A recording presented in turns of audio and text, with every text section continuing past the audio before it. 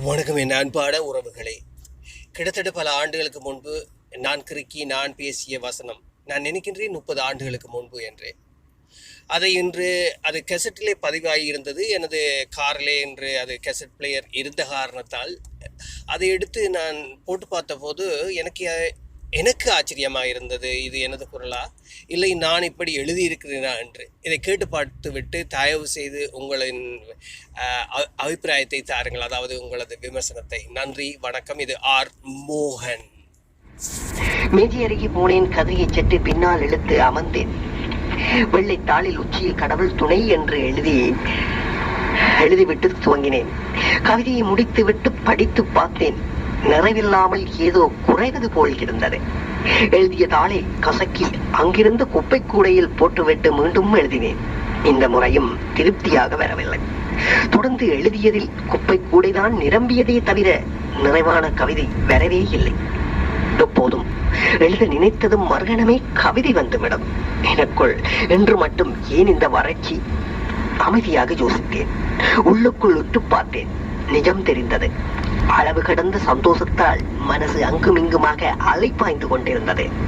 மனதை ஒருநிலைப்படுத்தினேன். சிறிது நேரம் சிந்தனை எதுவுமின்றி வெறுமையாக உள்ளுக்குள் இருந்த போது ஏதோ தட்டப்பட்டது. உடனே எழுதினேன். இந்த முறை நான் எதிர்பார்த்தபடி நிறைவான கவிதை வந்திருந்தது. எழுதியதை படித்தேன். குடிக்க பணம் தராததால் தாலி கட்டியவன் நட்டி உதைக்க, குடிக்க கூழ் இல்லாததால் பசியில் கற்பத்தின் உள்ளிருக்கும் சிசுவும் வெட்டி உதைக்க, பெண்ணே உன் வாழ்வு நிலை உலகில் எந்நாளும் மத்தளம் தானோ. குடிக்க பணம் தராததால் தாலி கட்டியவன் நட்டி உதைக்க, குடிக்க கூழ் இல்லாததால் பசியில் கற்பத்தின் உள்ளிருக்கும் சிசுவும் வெட்டி உதைக்க, பெண்ணே உன் வாழ்வு நிலை உலகில் எந்நாளும் மத்தளம் தானோ. கவிதை திருப்தியாக வந்திருந்தது. அதற்கு பெண் என்ற தலைப்பை எழுதினேன். பிறகு கவருக்குள் அதை வைத்து ஒட்டி மேலே கீதவாணியின் முகவரியையும் பின்புறம் என் முகவரியையும் எழுதினேன். இதை உடனே போஸ்ட் பண்ண வேண்டும். ராகுவிடம் கொடுத்தால் தபால் பெட்டியில் சேர்த்து விடுவான். ஆமாம், இவன் எங்கே போனான்? காலையிலிருந்தே பார்வையில் தென்படவே இல்லையே. ரகு என் அப்பாவுக்கு தூரத்து உறவு முறை. என்னை விட 5 வயது மூத்தவன். தரையட்ட சிங்கள ராணுவத்தின் குண்டுகளால் பெத்தவங்களையும் கூட பிறந்தவங்களையும் பறை கொடுத்தவன். அப்பாதான் இறக்கப்பட்டு வீட்டுக்கு கூட்டிக் கொண்டு வந்தார். அப்பா அவனுக்கு வயது ஏறக்குறைய 13 இருக்கும். நான் சின்ன பெண்ணாக இருந்த போது பல சமயம் என்னை பாடசாலைக்கு அழைத்து கொண்டு போய் விடுவான். அவன் சுண்டு விரலை பிடித்துக் கொண்டு கடை தெருவை வேடிக்கை பார்த்து கொண்டு பாடசாலைக்கு போன்றது என் சிறு வயது சந்தோஷங்களில் ஒன்று. அவன் எங்கள் வீட்டில் தான் இருந்தான். என்று இந்த கனடாவிலும் நாங்கள் ஒரு வீடு வாங்கி இருக்கின்றோம். அதிலே ஒரு அறையில் தான் அவன் எங்களோடு இன்று வரை சேர்ந்து வாசிக்கின்றான். நான் அவன் அறைக்குள் நுழைந்த போது ரகு தரையில் அமர்ந்து என்னவோ எழுதி கொண்டிருந்தான். என்னை கண்டதும் அவன் முகத்தில் ஏதோ ஒரு அதிர்ச்சி. என் வருகையை அவன் எதிர்பார்க்கவில்லை போலும். சட்டென்று வேகமாக தன் கையில் இருந்த புத்தகத்தை அவனுடைய பெட்டியில் வைத்து மூடினான். அவன் செயலில் ஒரு சோகமும் நான் அதை பார்த்துவிடக் கூடாதே என்கின்ற நோக்கமும் தெரிந்தது. எனக்கு ஒன்றுமே புரியவில்லை. ரகு என்னிடமிருந்து எதை மறைக்கின்றான்? ஏன்? எனக்குள் கேள்வி எழுந்தது. ரகு எழுந்தான். என் அருகில் வந்தான். கையில் இருந்த கவரை பார்த்ததும், என்ன சாரு, கவிதை எழுதிட்டா உனக்க போஸ்ட் பண்ணணுமா? கொடு சாரு என்றான்.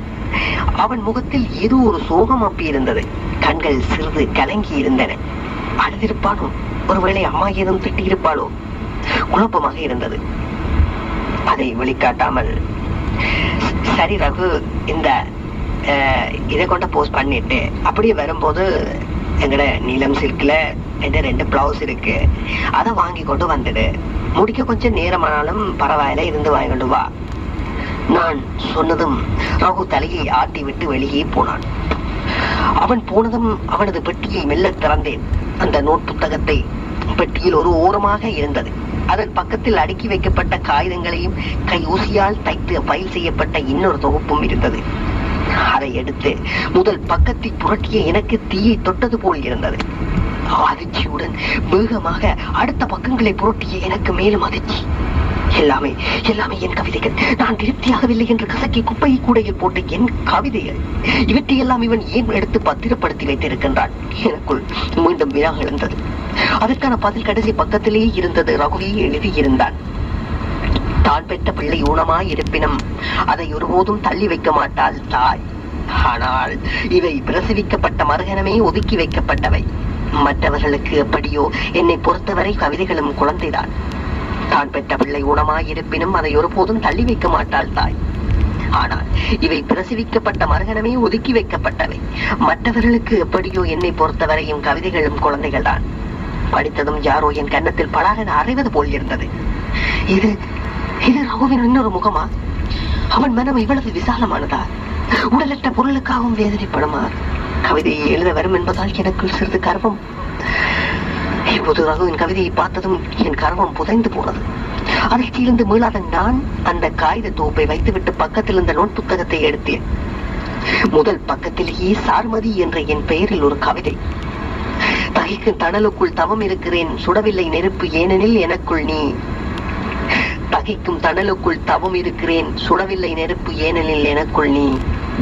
எனக்கு ஒன்றுமே புரியவில்லை. அவன் அவன் அவனுக்குள் நானா? எனக்காக தவம் இருக்கின்றானா? என்ன ஏன் என்ற கேள்வி எனக்குள் வட்டமடிக்க அடுத்த பக்கங்களை புரட்டினேன். எல்லாமே கவிதைகள், என்னை பற்றிய கவிதைகள். இப்போதுதான் எனக்கு புரிய ஆரம்பித்தது. ராகு என்னிடமிருந்து இந்த புத்தகத்தை மறைத்த காரணம், அவன் சோகத்திற்கான காரணம் எல்லாமே பிடித்தது. ராகு என்னை காதலித்திருக்கின்றான். அதை நேரடியாக வெளிப்படுத்த இயலாமல் காதலுடன் வேதனையை கலந்த கவிதையாக கொட்டியிருக்கின்றான். ஏனோ எனக்கு கோபம் வரவில்லை, வியப்பாக இருந்தது. அந்த கவிதைகளை படிக்க படிக்க எனக்கு ஒரு ரசாயன மாற்றம் நிகழ்வதை என்னால் உணர முடிந்தது. எவ்வளவு ஜீவனுள்ள கவிதைகள் குமிழாக ஊற்றெடுத்து ஓடையாக ஓடத் தொடங்கி ஆறாக பெருக்கெடுத்து காட்டாற்று வெள்ளமாக கடலில் சங்கமிக்கும் கவிதைகள். மூலவராக என்னை வைத்து காமம் இல்லாமல் தோல்மையாக, தாய்மையாக, சேமியாக வாஞ்சையுடன் தடவி கொடுக்கும் உன்னதமான கவிதைகள். ரகு, இதுதான் உன் சுயரூபமா? இவ்வளவு ஆழமாக நீ என்னை நேசித்திருக்கிறாய். எத்தனை நாளாக, எத்தனை மாதமாக, எத்தனை வருடமாக இந்த நேசிப்பு? அது அடுத்த கவிதையிலேயே தெரிந்தது. நீ என் விரல் பிடித்தபடி நான் உன்னை பள்ளிக்கு அழைத்துச் சென்ற அன்றைய நாட்களில் எனக்குள் நாம் இருவரும் சொக்கனும் மீனாட்சியுமாய் நகர்வலம் வருவது போல் ஒரு கனவு. மீசை முறுக்கிய பாரதியே என் கனவும் மெய்ப்பட வேண்டும். நீ என் விரல் பிடித்தபடி நான் உன்னை பள்ளிக்கு அழைத்துச் சென்ற அன்றைய நாட்களில் எனக்குள் நாம் இருவரும் சொக்கனும் மீனாட்சியுமாய் நகர்வலம் வருவது போல் ஒரு கனவு. மீசை முறுக்கிய பாரதியே என் கனவும் மெய்ப்பட வேண்டும். ஐயோ, இது என்ன விந்தை, இது என்ன விந்தை! நான் உன் விரல் பிடித்த காலம் தொட்டாய் என்னை மனதுக்குள் இருத்திக் கொண்டாய். ஏறக்குறைய 12 வருட காலம் அல்லவா என்னை இதயத்துக்குள் சுமந்திருக்கிறாய். பெத்தவளே, சுமந்தது 10 மாதம் தானே. நீ அவளை விட மேலானவனே. உன் காதல் பரிசுத்தமானதே. இவ்வளவு நாளும் நான் எப்படி இதை உணராமல் போனேன்? இத்தனை வருடமாக நீ என்னை பார்த்த பார்வையில் கள்ளத்தனம் சிறிதும் இல்லையே. பார்த்தவுடன் கண்ணடித்து கைப்பிடிக்கும் இந்த வேகமான யுகத்தில் நீ மட்டும் விதிவிலக்கானவனோ? காதலால் கசந்துருகி மெய்யுருகி கவிதைகள் படித்திருக்கிறாயே. நீ என் நான் மீனவரா? சுடி கொடுக்கும் சுடற்கொடியா? பாரதிக்கு ஒரு கண்ணமா போல் உனக்கு ஒரு சாருமதியா? என் மனதும் தவித்தது. உள்ளும் புறமும் ரகு ரகு என்று புலம்பியது. அப்படியே தரையில் அமர்ந்து சுவரில் பார்த்தேன். எதிரில் சுவரில் ஒரு ஓவியம். ரகு மிகவும் விருப்பப்பட்டு வாங்கி வந்தது. வானில் திரண்டிருக்கும் கருத்த மேகங்களை அண்ணாந்து பார்த்தபடி வற்றிய குளக்கரையில் நிற்கும் கொக்கு. எவ்வளவு அற்புதமான ஓவியம்! அந்த கொக்கின் கண்களில் என்ன ஒரு அபரிதமான நம்பிக்கை! மழை வரும் என்ற நம்பிக்கை, குளத்தில் நீர் வரும் என்ற நம்பிக்கை, நீரில் மீன் வரும் என்ற நம்பிக்கை. நம்பிக்கை தானே வாழ்க்கை. ரகுவின் அந்த நம்பிக்கை என்று சிதைய போகின்றதே. அவன் கனவை எவனோ ஒருவன் வந்து கலைக்கப் போகின்றானே. கலைத்தால் உன் வானம் இரண்டு போய்விடுமே ரகு. இந்த கவிதை தோப்பு கருகி போகுமே. நீ நிலவு போல் தேய்ந்து சேர்ந்து மறைந்து விடுவாயா? நீ என்னை புரிந்து கொண்டிருக்கின்றாய். அனுதினமும் அன்பாய் இருந்திருக்கின்றாய். மறந்தவன் மனதை காயப்படுத்தி இருக்க மாட்டாய். இது போதும் எனக்கு. இது போதும் மனித வாழ்க்கைக்கு. இது போதும். உன் காதல் ஏற்புடையது. ஏற்றுக்கொள்ளுகின்றேன். ஊரறிய உன் கையால் தாலி கட்டிக் கொள்ளுகின்றேன்.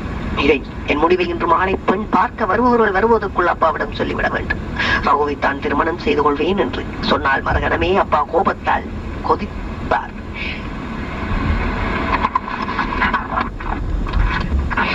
வீடே யுத்தகலமாகும். திட்டுவார்கள், புத்தி சொல்வார்கள், மறுத்தால் அடிக்கவும் அடிப்பார்கள். பிறகு அவர்கள் கோபம் முழுவதும் முன்பக்கம் திரும்பும். கௌரவம் அவர்கள் அறிவு கண்ணை மறைக்க உன்னை வீட்டை விட்டே வெளியே தள்ளுவார்கள். நானும் உன்னுடன் வெளியே வந்து விடுவேன். அதனால் என்னை தடுக்க முடியாது. நான் மேஜரானவள். சிறு வயதிலிருந்து வசதியாக வாழ்ந்தவள். வேலையில்லாத என்னுடன் வந்து கஷ்டப்படுவாயே என நீ கேட்கலாம். கஷ்டப்படுவேன். வலிக்கட்டும், வலிக்கட்டும். மனதுக்கு பிடித்து விட்டால் வலி கூட சுகம்தான். என்னை நேசித்த காலத்தொட்டு என் மீதுள்ள காதலை சொல்லவும் முடியாமல் மறுக்கவும் முடியாமல் நீ எப்படியெல்லாம் கஷ்டப்பட்டிருப்பாய். இரவெல்லாம் தூக்கம் வராமல் வேதனையுடன் பீஸ்மன் போல் புட்டு படுக்கையில் புரண்டு புரண்டு படுத்திருப்பாய். என்னால் தானே உனக்கு அந்த காயமும் வலியும். அதற்கு களிம்பு பூச வேண்டியது என் கடமை அல்லவா? சாரமதி, சாரமதி. கீழே யாரோ கூப்பிடும் குரல். அம்மாவுக்குத்தான் இருக்க வேண்டும். எழுந்தேன். கீழே போவதற்கு முன் ரகுவின் நோட் புத்தகத்தில் கடைசி பக்கத்தில் இருந்த கவிதையை திருப்பவும் படித்தேன். ஒவ்வொரு மனசுக்குள்ளும் தனக்கு துணைக்கான தேடல் இருக்கும். என் தேடலின் முடிவு நீ, உன் தேடல் முடிவு யாரோ. ஒவ்வொரு மனசுக்குள்ளும் தனது துணைக்கான தேடல் இருக்கும். என் தேடலின் முடிவு நீ, உன் தேடலின் முடிவு யாரோ. பேனாவை எடுத்தேன். கவிதையில் இருந்த யாரோவை அழித்துவிட்டு ரகு என எழுதி அதை பெட்டியில் வைத்துவிட்டு வெளியே வந்தேன். ரகு படியேறி மேலே வந்து கொண்டிருந்தான். அப்போது கீதவாணி ரேடியோவில் இருந்து ஒரு அருமையான பாடல் வந்து கொண்டு இருந்தது. பேசு மனமே பேசு, பேதை மனமே பேசு, 4 வகை குணமும் நிறைந்தே நடை போடு, 4 வகை குணமும் நிறைந்தே நடை போடு.